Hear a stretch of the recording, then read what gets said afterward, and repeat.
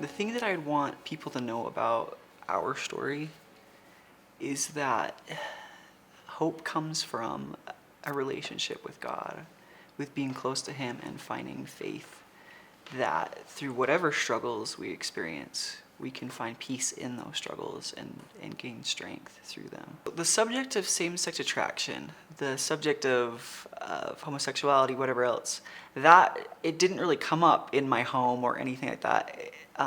It was kind of a taboo thing. If it was talked about, it was not like a derogatory sense, but it wasn't looked highly upon.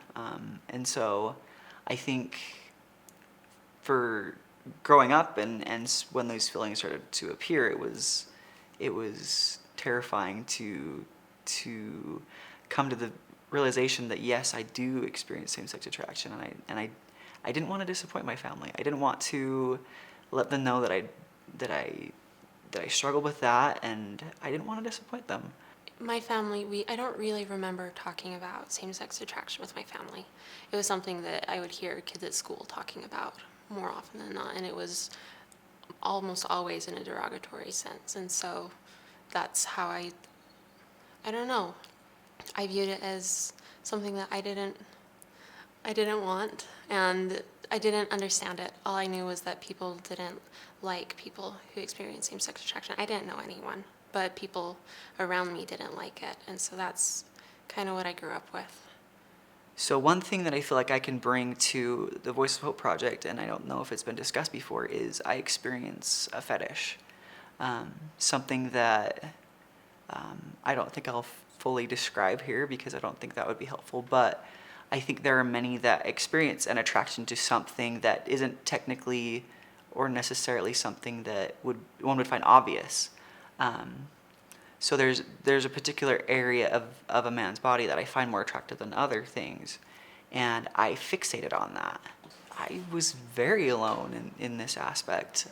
Didn't know who to turn to, where to turn, and too afraid to even go anywhere with it. So going on with my life, I felt too ashamed to admit this to a bishop, and yet I ended up going on a mission. Yes, my same-sex attraction feelings had begun building at that time, and at the same time, I focused on the missionary work. I was not a perfect missionary. I had my struggles dealing with same-sex attraction and other things, and at the same time, I loved the Lord's work. I loved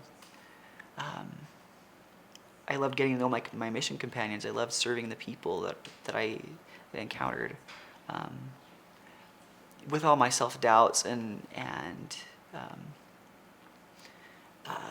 confusion and shame, I feel like I really held myself back, though, on my mission to a certain extent. But I eventually did come into myself, and I got into the work, and I really learned how to love the people that I served unconditionally, and learned to really care for my companions, and it was a time of healing. I mean, I did have friends growing up with that I was very close to, and close cousins that I'd hang out with on a frequent basis. But I think in my mission, I finally realized that, okay, other guys would want to be friends with me, that was okay, and that I'd be desirable as a friend. I served an honorable mission. I worked hard and came home, and like many, that's kind of when I didn't have my support group of my mission buddies. I didn't have these friends that were close by, and everything dealing with pornography, the things that I was experiencing kind of exploded again. It just came right back up to the surface. Right after the mission, I didn't recognize the amount that these mission companions had helped me, and to help me to be stable and to be happy. I came back home, and I didn't really, I did have some good masculine friendships, but I think the intimacy of teaching the gospel, of having a strong spiritual connection and emotional connection with these guys was something that I didn't realize was so critical for my for my own needs and my own growth. It was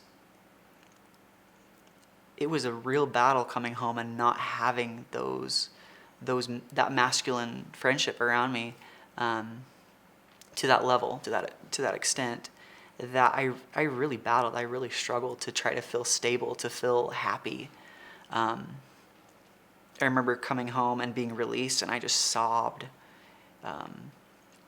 And my family recognized that I was having a really hard time adjusting back into regular life, and that first year home was really hard. But then Heavenly Father really stepped in, and He's always been there to help me, and He blessed me with a calling that allowed me to work with the missionaries in my stake, and I began to develop close friendships with these missionaries, and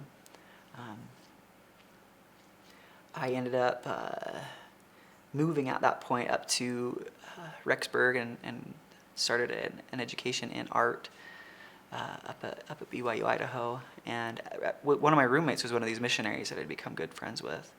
And I had a really good apartment full of guys that were they were very kind to me, very good. And so it was amazing to have that closeness right after that year-long struggle. I had those friends again, and I had that support system that I needed.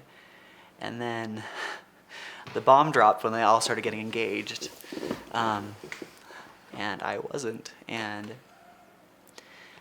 it was within that first semester. They call it BYU I do for a reason. It seemed like everyone I knew was getting engaged and married, and I was not. I was struggling with these issues and not understanding what was going on.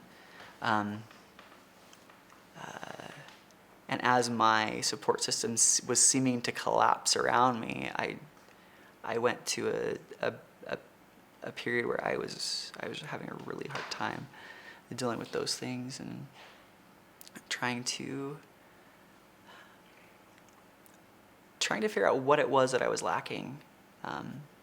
I think it was my college years there that the same-sex attraction really reared its ugly head and became a burden at that point, really. And that's when it spiraled into where it's been the worst, I suppose.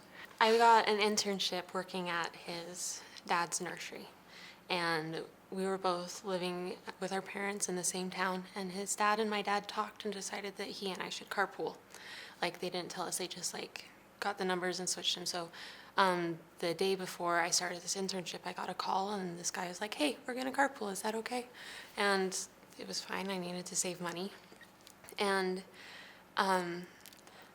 he pulled up, and I opened the door, and he was beautiful. And time does slow down when you meet that beautiful person. It was slow down, wind blowing. No, it was from the moment that I met him, I was attracted to him. And even though at first it was very childish, I loved him right from the start.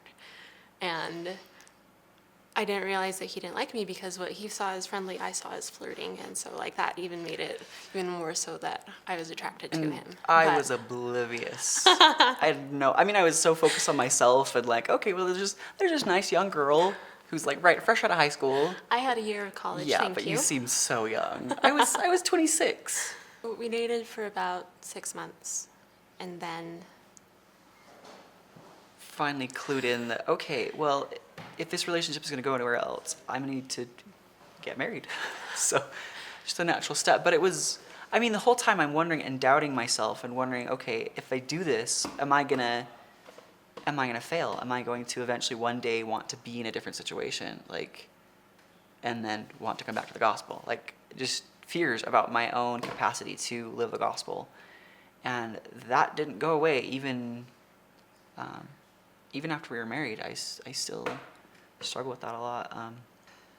Right after we got married, he pulled back because he was so afraid. And I didn't understand that at that point. I thought that I had done something wrong. And so I was trying desperately to show him that I loved him and that it was going to be okay when it wasn't. It wasn't me that was doing something. And like it took me a really, really long time to see that. And so the first couple months were really rough. I didn't know how to communicate very well, and that just added to the stress.